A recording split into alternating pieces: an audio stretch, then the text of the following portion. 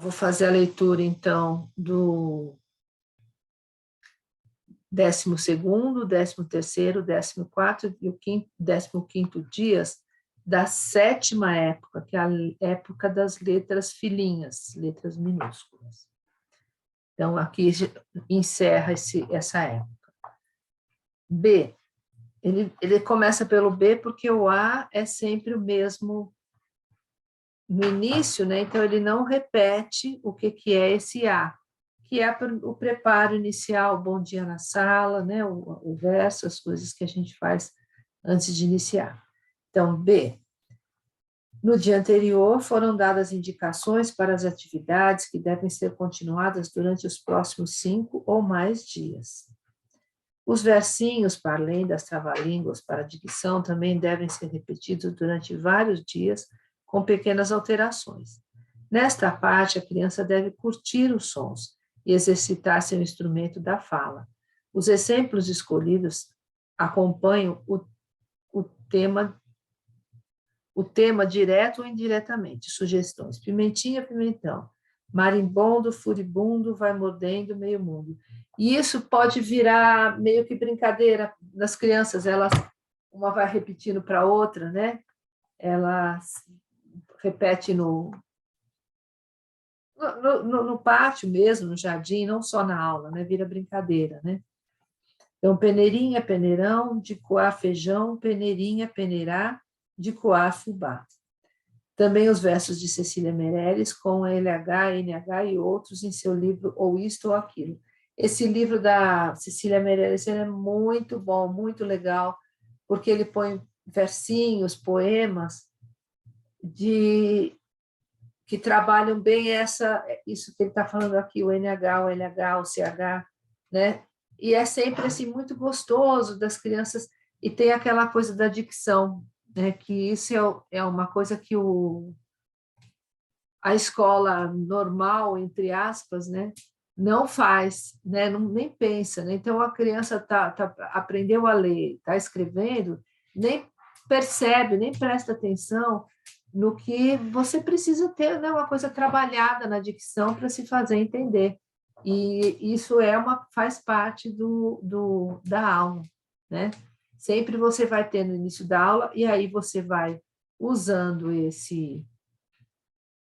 esses versos da Cecília Meirelles, né? A chácara do Chico Bolacha, onde o que se procura nunca se acha. Isso já fica na cabeça da criança, né? Mas aí você repete com a criança e com isso ela vai treinando a dicção, né? E não é uma coisa que você corrija, mas é você, inclusive, enquanto professor, tem que ter uma dicção muito bem. Isso faz parte, todo o trabalho é de autoeducação do professor, né? O professor sempre procurando melhorar, né? O melhor que eu posso ser.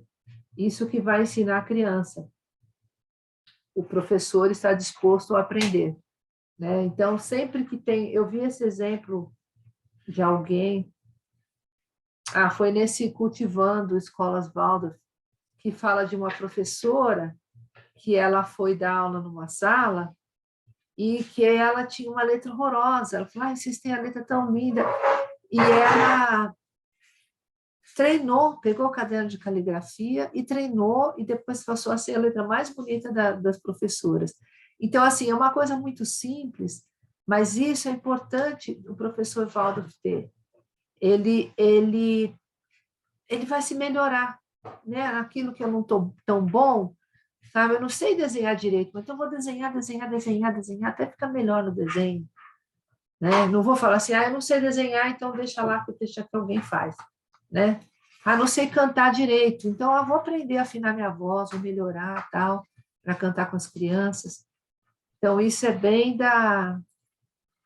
do professor Waldorf, né? Procurar se melhorar. Então, a coisa da dicção é uma delas. No seminário Waldorf, a gente tem aula do que ele chama de arte da fala, que é, sabe, justamente você falar, né? Falar com arte, né? E isso a gente ensina para a criança também. Bom, continuando. C. Recorde sempre as atividades do dia anterior. Isso também é uma coisa bem importante, sempre fazer a recordação do dia anterior. Aliás, isso é uma coisa que a gente podia fazer aqui, né? Sempre que for iniciar, a gente recordar o que a gente fez, né, na aula anterior. Isso é uma coisa que a gente podia bem fazer aqui. Recorde sempre as atividades do dia anterior. O diálogo será conduzido em torno do tema das plantações e dos frutos da horta e do pomar. O doutor Henrique, o Chico Antônio da chácara e os garotos da vila podem ser os personagens que participam do plantio, do cuidado e da colheita. Então, esses personagens que ele está falando aqui, o doutor Henrique e o Chico Antônio, em outra época já tiveram presentes. Então, você pode fazer isso. Na verdade, ela está dando um exemplo, não precisa seguir como ela está fazendo, mas eu tinha, por exemplo, uma história de uma velhinha que morava no meio da floresta, e essa velhinha, ela permeava toda a minha aula, entendeu? Na matemática, ela fazia os bolinhos de chuva e distribuía, ou então, para trazer alguma letra. Então, assim, ela faz parte e você pode recorrer. Às vezes, você não usa numa época, mas usou. Então, por exemplo, essa da velhinha, eu usava tanto em uma como outra, mas podia ser assim.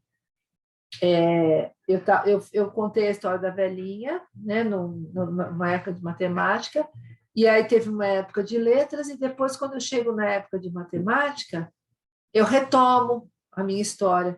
E essa história, assim, quanto mais você, professor, se desenvolver de contar, inventar história, isso mais porque a pedagogia Waldorf é baseada na antroposofia. Antropo é o estudo do ser humano, né?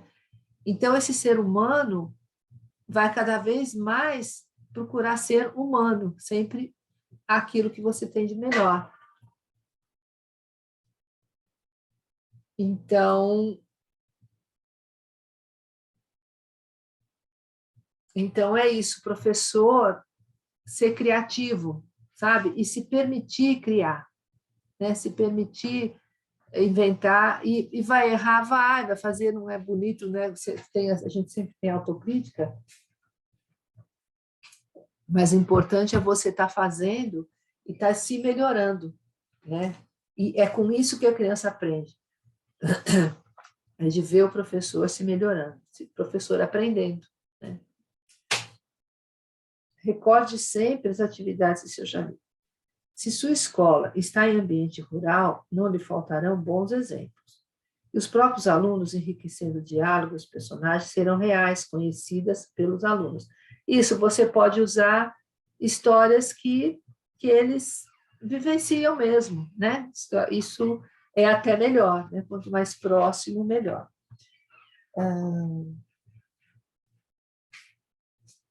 Na cidade, os frutos serão comprados na quitanda ou supermercado.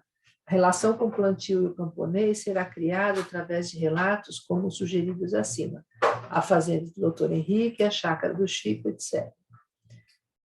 A criança é ajudada em seu despertar para o mundo e o ambiente humano se as mesmas personagens reaparecerem em várias épocas durante o ano. Olha, isso que eu estava falando. A criança é ajudada em seu despertar para o mundo e o ambiente humano se as mesmas personagens reaparecerem em várias épocas durante o ano. A criança cria afinidades com elas, identifica-se com elas. Elas fazem parte do seu reino de vivências e fantasias. Então, essa história da velhinha, eu vi um professor, eu achei muito lindo, ele foi fazendo assim, desenrolando ao longo do ano, para ensinar as letras para as crianças, ele fazia, cada letra que ele apresentava, ele fazia um poema, mas não era um poema separado do outro, era toda uma história, tinha todo um enredo que vinha acontecendo no desenrolar, e tinha os personagens, e tinha o príncipe mau, o príncipe bom, e ele foi criando, e ao mesmo tempo, ele fazia com isso as histórias pedagógicas, que é assim, histórias pedagógicas é quando você cria uma história para trabalhar uma questão que você está com uma dificuldade na sala. Então, um menino que falam muito palavrão, quer dizer, eu já dei de cara, porque esse exemplo foi muito engraçado justamente com esse professor. Ou uma criança que, de alguma forma, tem alguma coisa que você vê que ela precisa melhorar ali, então você cria uma história. Você cria uma história que não vai ser tão direto, não vai ser direto assim. Ela fez um menininho que derrubou, jogou o lápis no chão. Não, assim, mas aí você vai contar de um carneirinho, né? Assim, nada que seja direto, mas que leve a perceber que aquela atitude, mas essa percepção é num nível inconsciente, não é uma coisa que vai, não é uma coisa que ele vai entender com, né, com a mente. Então, isso é a história pedagógica que a gente conta para a criança. E ele, então, fazia esse desenrolar dessa história que ele fazia, ele usava também histórias pedagógicas. Eu falei do palavrão porque assim, eu achei muito, eu dei muita risada, porque eu estava fazendo estágio na sala dele. E aí ele começou a contar uma história do príncipe ruim e não sei o quê. E aí o príncipe mal começou a falar palavrão, e aí começou a crescer rabo nele. E aí, cada vez ele falava mais palavrão, crescia 10 metros de rabo. E eu vi a criançada, tinha um que estava assim, deitado em cima da carteira, atento na história, ouvindo assim, né? Aí ele virou e falou assim, professor, tem cura? Foi tão bonitinho. Entendeu? Quer dizer, ele achou, ele assim, pegou tanto nele, entendeu? Sabe? E ele tem cura. Aí o professor assim, teve que segurar, falou: tem, depois eu conto, né? Depois eu conto na história como é que vai ser a cura, tal, né? Porque ele foi pego de surpresa, né? Mas assim, é muito legal essa coisa de você usar a história para estar trabalhando questões que você precisa, né, que você vê na sala, mas é isso, você precisa saber ser muito criativo de jeito que não vai direto na coisa, sabe assim? E a história tem que ter começo, meio e fim, e ela tem que tem que terminar bem. Então, aquele mal que fez o mal vai passar bem mal, vai ter alguma coisa, um problema, mas no final das contas sempre tem a redenção, termina final feliz. Isso é importante, né? Que essas histórias tenham assim, porque é isso, né? A gente vai encarar um problema, encarar uma dificuldade, encarar um conflito. Se a gente encara com maturidade, no final das contas você sai do conflito, né? Sem deixar o conflito ficar te tomando ali, né? Então é um jeito de você estar trabalhando sem ser direto. Bom, aí vamos continuando. Para a escrita, escolha alguns dos exercícios dados para estes dias. Então, tem aqui, ó. A Bianca caiu, está voltando. Deixa eu pôr o P aqui.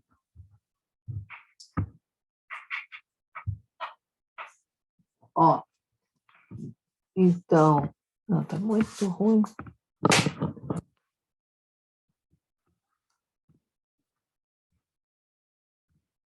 Acho que quando eu...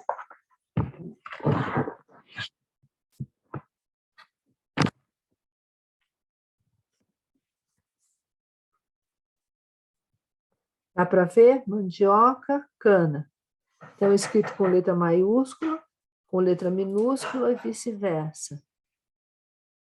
E depois, na horta, há couve e cebola. O camponês planta arroz, abacaxi, maçã, laranja, manga. Então, assim, essas frases estão dentro do contexto, né, do que eles estão falando, e E pode escolher alguma dessas, ou criar outras, né? Não precisa ser necessariamente, mas essas são sugestões. E aí, aqui tem, ele coloca, então, o abecedário minúsculo. E aí, isso é importante que você tenha na classe. Depois que você passou todas as letras, deu todas as letras minúsculas, né? Escreveram bastante, aí você tem na classe um cartazão, você faz, eu punho no flip chart, assim, né? E com o A maiúsculo e o A minúsculo. Ou tem gente que faz em separado, um de cada. Eu tinha as duas coisas. O Azão, né? Quando o A maiúsculo com o A minúsculo junto, e punha um a um na parede numa folha A4. Eu punha na parede assim até completar o abecedário inteiro. E tinha um flip chart grande com abecedário na parede também.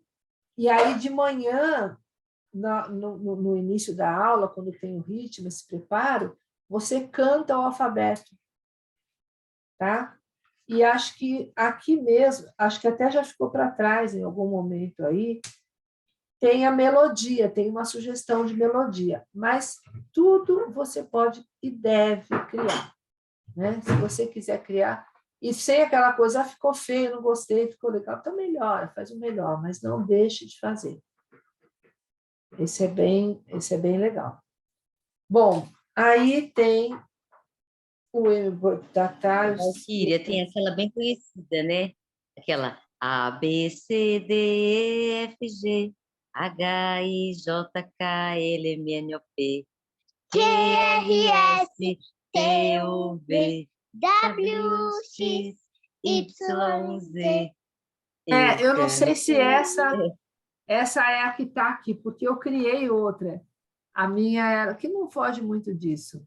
A, B, C, D, E, F, G, H, I, J, K, L, M, N, O, P, Q, R, S, T, U, V, W, X, Y, Z.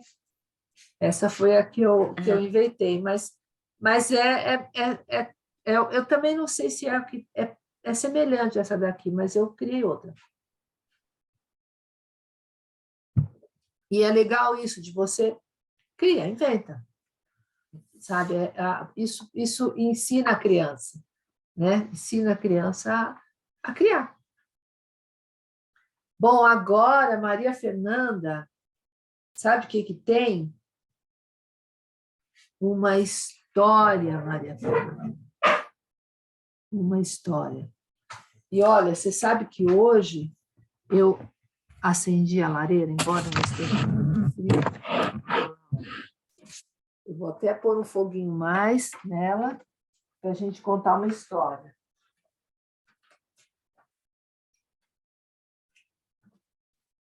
E agora, minha gente, uma história eu vou contar.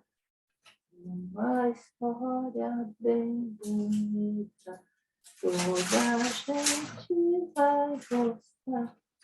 Lá, lá, lá, lá, lá, lá.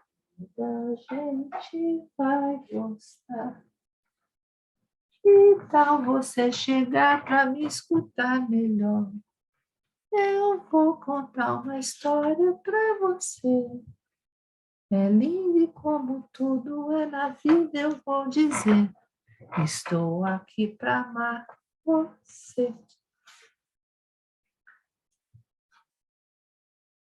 Certo mancebo, cuja infância venturosa fora o mimo dos pais. Perdendo-os, achou-se só no mundo, sem amparo nem conselho, tendo por haveres as terras férteis de um sítio onde havia um paiol abarrotado de milho. Julgando que nunca mais se esgotaria tamanha provisão, deixou-se ficar em casa, a comer e a dormir, vendendo a quem o buscava o milho que herdara. As terras abandonadas foram perdendo viço e o mato, crescendo, vigoroso em pouco sufocou as sementeiras. Uma manhã antes dos dias fartos, uma manhã ainda nos dias fartos, estava o soberbo e preguiçoso herdeiro a balançar-se na rede quando um pobre homem passou pedindo esmola. Era um coitado que habitava na vizinhança e tinha apenas uma choça e alguns palmos de terra. O herdeiro, ouvindo a voz do pobre, longe de compadecer-se, sorriu e, por esmola, atirou-lhe com desprezo 3 grãos de milho. Foi-se o pobre sem dizer palavra e o preguiçoso ficou-se a rir, balançando-se na rede.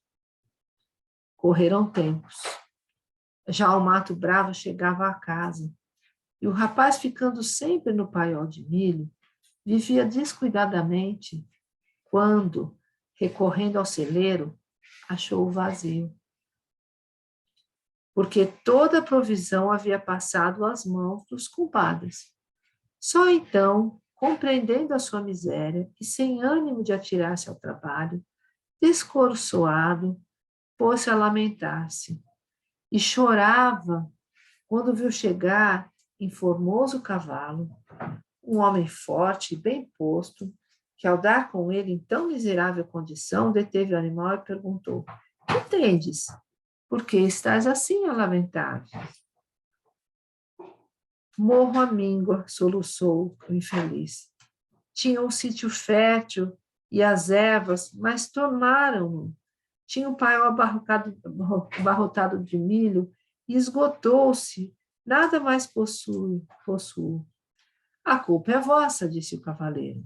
"Julgando que nunca mais acabaria a herança que tivesses de vossos pais, abandonastes a terra que dantes não negava frutos. Se não vos sentis com ânimo para cuidar do sítio, vendei-mo. A mim darão bom prêmio as terras que dizeis estéreis, e como pegam com o meu sítio, faz-me comprá-las, para dilatar a minha lavoura. Entremos em ajuste." E combinaram. Justamente no dia em que o rapaz recebia do homem o preço estipulado, perguntou-lhe o comprador: "Sabeis com que dinheiro vos pago?" "Com o que me deram os 3 grãos de milho que desprezivelmente me atirastes. Levei-os comigo, e como não tinha ferramenta, com as próprias mãos fiz uma cova na terra, e a terra devolveu-me o depósito muitas vezes dobrado." Um ratinho passou por aqui e a história acabou.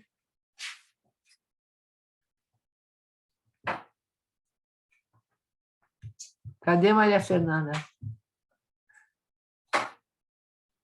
Geralmente ela ama a história, mas não sei se essa...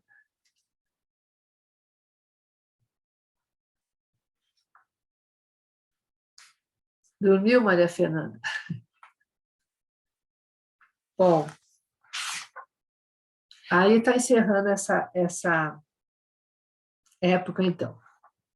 Conte essa história com suas próprias palavras e acrescente como o cavaleiro ajuda o rapaz infeliz a se recuperar. Aí ele tem a proposta aqui de uma continuação dessa história.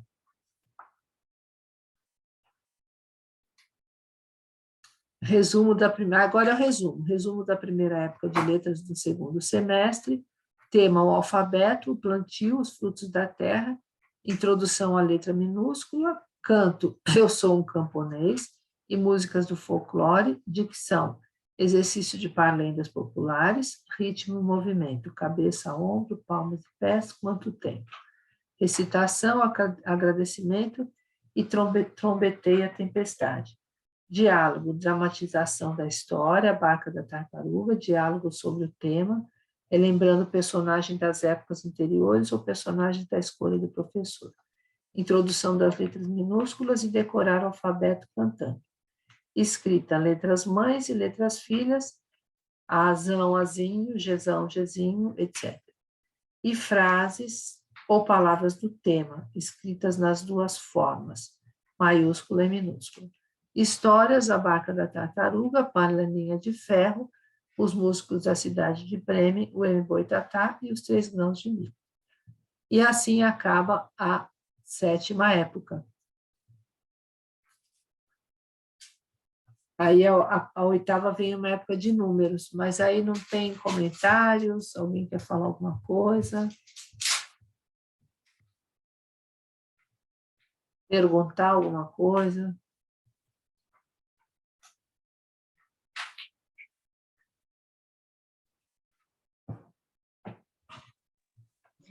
No caso, a letra minúscula seria a partir do 2º ano, não é isso? Acho que tu falasse da outra vez, mas... Isso. Nesse caso, esse livro, Criança Querida, a ideia foi o seguinte, para dar uma força para as professoras de escola pública. Então, não é mesmo diretamente como... Ele é uma senhora, uma bíblia, sabe, para professor de 1º ano, né? Mas não segue exatamente isso. Então, ele coloca as possibilidades que até um 3º ano daria para usar isso, uma professora de escola pública. Então, por isso ela coloca... 10 minutos para acabar, tá? Ela coloca... ela ensina, então, como que ensina a letra minúscula, mas a letra minúscula seria para o 2º ano, tá? Porque aqui no caso ela coloca, né, esse livro assim, é uma alfabetização, entendeu? Porque a gente sabe que a alfabetização não é 1º ano. A alfabetização, a gente está se alfabetizando até hoje, né? Mas, enfim, para a criança você dizer que ela sabe ler, não é no 1º, nem no 2º, nem no 3º, né? Então, aqui ela coloca, inclusive, vai chegar na letra cursiva, mas a letra cursiva, então, seria no 3º ano. E tem muito a ideia de ir mudando a letra. É a letra palito no 1º ano, a letra minúscula no 2º ano de forma e a letra de mão no 3º ano. Aí, já a letra de mão no 3º ano, né? E aí tem uma coisa que assim, oi? E no caso, a letra cursiva já entra a maiúscula e a minúscula, né? No 3º ano. Isso, e você também vai fazer essa coisa de colocar no... Você vai ter um cartaz na sala, né? Com a letra maiúscula de forma e a de mão, a minúscula de forma e a de mão, entendeu? Assim, cada uma tá bem destacado isso, para ela estar vendo, visualizando, fica lá, e você vai cantar isso todo início de aula, né? A, B, C, D, E, F, G, tal, cantando, né? Enquanto for essa época, né? E aí, nem sempre eu tirava, na época, quando entrava a época de números depois, eu deixava lá. A não ser que eu estivesse colocando algumas coisas de números que eu precisasse da parede. Então, a coisa vai se substituindo, assim, trocando, né? Conforme vai passando as épocas. Bom, certo, entendi. Mais alguma pergunta, dúvida? Então, eu estou aqui pensando, porque agora entra uma época de números. Mas são 7 minutos. Eu ia dizer de derrubar a gente começar outro, mas realmente 7 minutos dá bem para aproveitar ainda, né? Bom, então vamos começar a 8ª época, que é uma época de números. E aí a dinâmica é completamente diferente. A dinâmica da aula de com números. É muito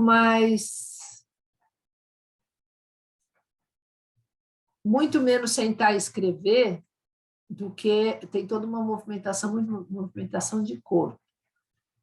Eu vou ler aqui, então, 8ª época, terceira época de números. Indicações gerais para uma época de matemática de 15 dias letivos. Pequena, né? Agora que eu estou me dando conta. Antes de começar, veja as indicações dadas para a primeira e a segunda época de números. Vocês querem dar uma revisada, uma reouvida, porque faz tempo que a gente leu isso? As indicações dadas para a primeira e a segunda época de números? Porque é bem interessante, ele dá a visão do que é a matemática. Ó. O valor formativo, isso na página 82, na primeira época de matemática. O valor formativo da matemática. Com o exercício da matemática, procuramos cuidadosamente trazer, sob forma de números e medidas, verdades contidas em suas leis rigorosamente determinadas. Um cultivo interior da verdade é necessário à alma, que quer aspirar às alturas e às profundezas da vida social. O ensino de matemática, por conter verdades bem delineadas, pode contribuir imensamente para o desenvolvimento e fortalecimento da alma. Rudolf Steiner. Bonito isso, né? Procuraremos levar a criança a se acostumar a abranger o todo, e não apenas a passar do pouco ao mais, isto é, do 1 mais 1. Isto exerce uma influência extraordinariamente forte sobre a vida integral da alma da criança.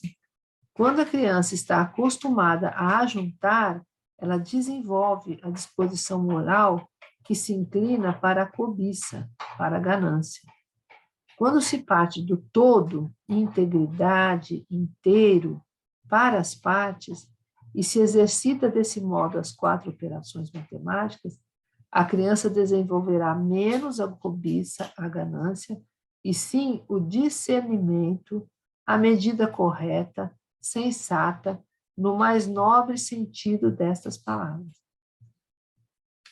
Partiremos do todo e caminharemos segundo o princípio da repartição, igual divisão. Não começaremos com o processo da adição, 1 mais 1. Começaremos com a divisão ou com a subtração, e somente em seguida passaremos a adição e a multiplicação. Assim, estaremos cultivando a qualidade humana de repartir aquilo que a natureza produziu.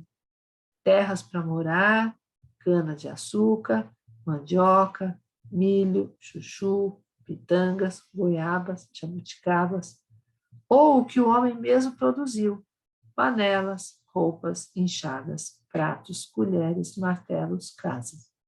Poder seria, talvez, denominá-la fraternidade. Bonito, né? É uma coisa de... É isso, você está imbuído desse valor da matemática, né? Quando você vai dar aula para a criança. Aí tem observações gerais. Ao se preparar para esta época de introdução aos números, leia preferencialmente todas as indicações dadas para esta primeira época. A matemática oferece meios para o educador enriquecer os sentimentos da criança, tanto quanto fortalecer sua vontade e despertar o seu pensar. O ritmo inerente aos números e suas qualidades essenciais atraem e motivam as crianças em suas brincadeiras e jogos. Eu vou dar uma pausa aqui para fazer um comentário. Então, vocês veem como é que é essa visão, essa forma de introduzir a matemática e como isso de despertar na criança, né, motivar para as brincadeiras e jogos. E a gente vê, é tão comum a gente ver muita gente que tem medo de matemática, né?